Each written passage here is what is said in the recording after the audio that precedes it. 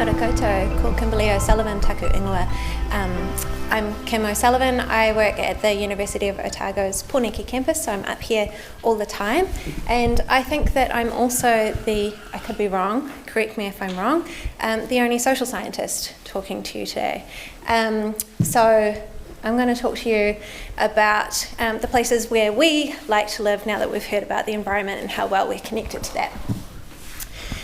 But first of all, I would, describe myself as being a transdisciplinary social scientist. What does that mean? It means I like to work with everyone. So I want to work with the community, I want to work with people who have lived experience. I work with the community organisations, I work with some people in industry. I spend a lot of my time speaking with government stakeholders, which is much easier for me up here in Wellington.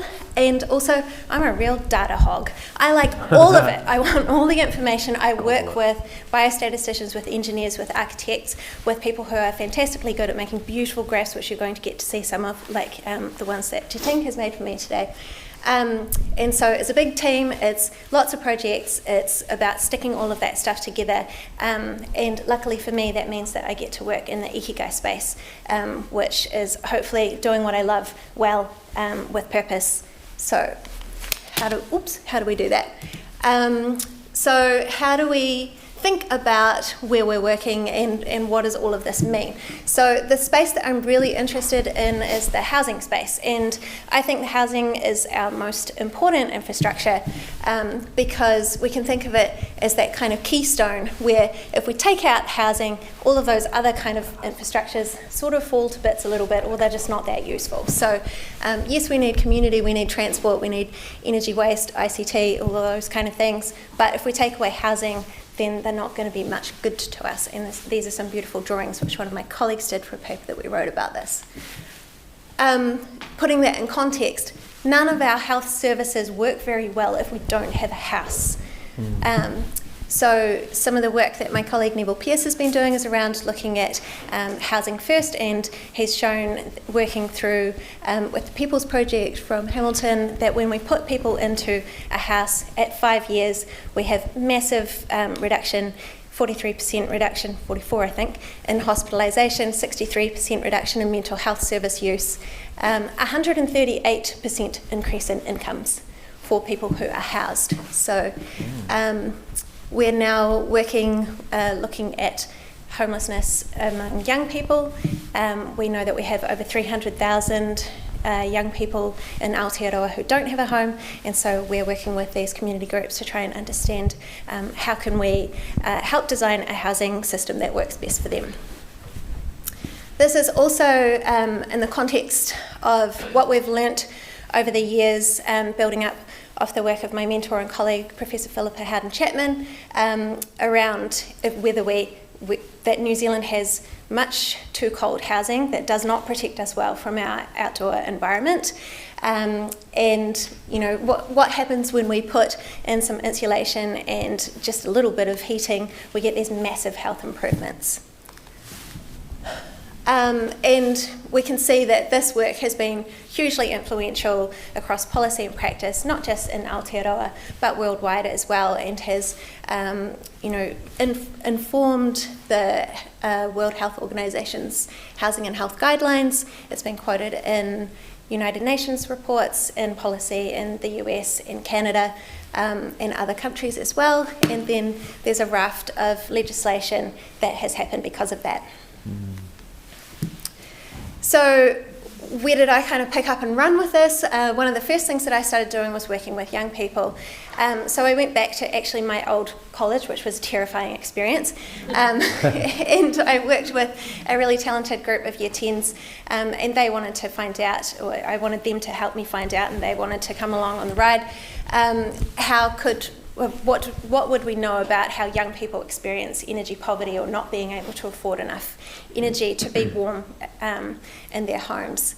And we're finding these huge rates of discomfort basically in the winter. And how did we communicate that? Well, we wrote a paper together, and those young people were co-authors on the paper, but they also came and presented here when the lectern was over there about 15 years ago, which dates me. And we had we'd invited MPs, officers, we'd invited a lot of people who turned up to hear them speak. And we also translated it into a science journal for children as well. So that was a pretty fun little project. Moving on from that, one of those students then went off to Otago and got back in touch with me saying, hey, you still interested in cold temperatures in housing? Because now I'm a tertiary student and it's really cold when you're a tertiary student. I went, funny that. It was really cold when I was a tertiary student in Dunedin too. So she came back and did a student summership with us, and we found these kind of crazy things that are happening out there, like we're giving people anti-anxiety medicine because they're cold in their house, which doesn't seem particularly logical, but that's what we're doing.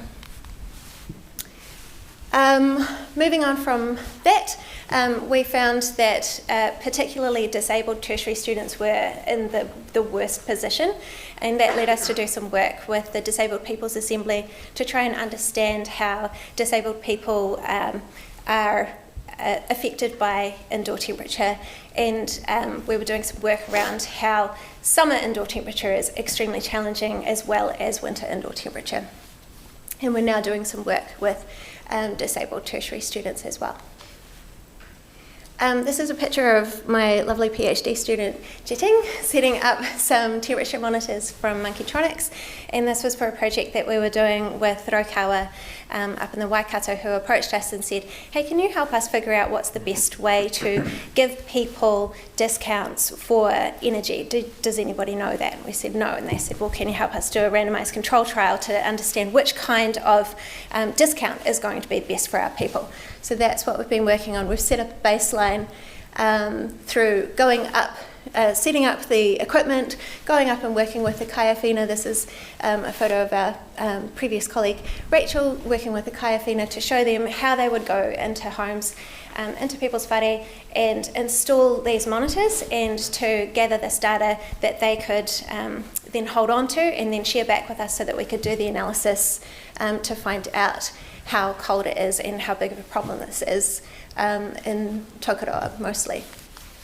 So that's the Raukawa Energy Innovation Project, which we are now trying to get funded through the next phase of, okay, so we've found out this baseline, and now if we're going to give people an electricity discount, what is the best way, and how can we bring people's temperatures up? This is a real-time temperature monitor snapshot from 7 a.m. on a July morning in the home of a kaumatua who had nowhere to go in her home so that she could be warm. So that's a bedroom temperature of 3.4 degrees, a living room temperature of 4.6 degrees, and you can see why this keeps me up at night.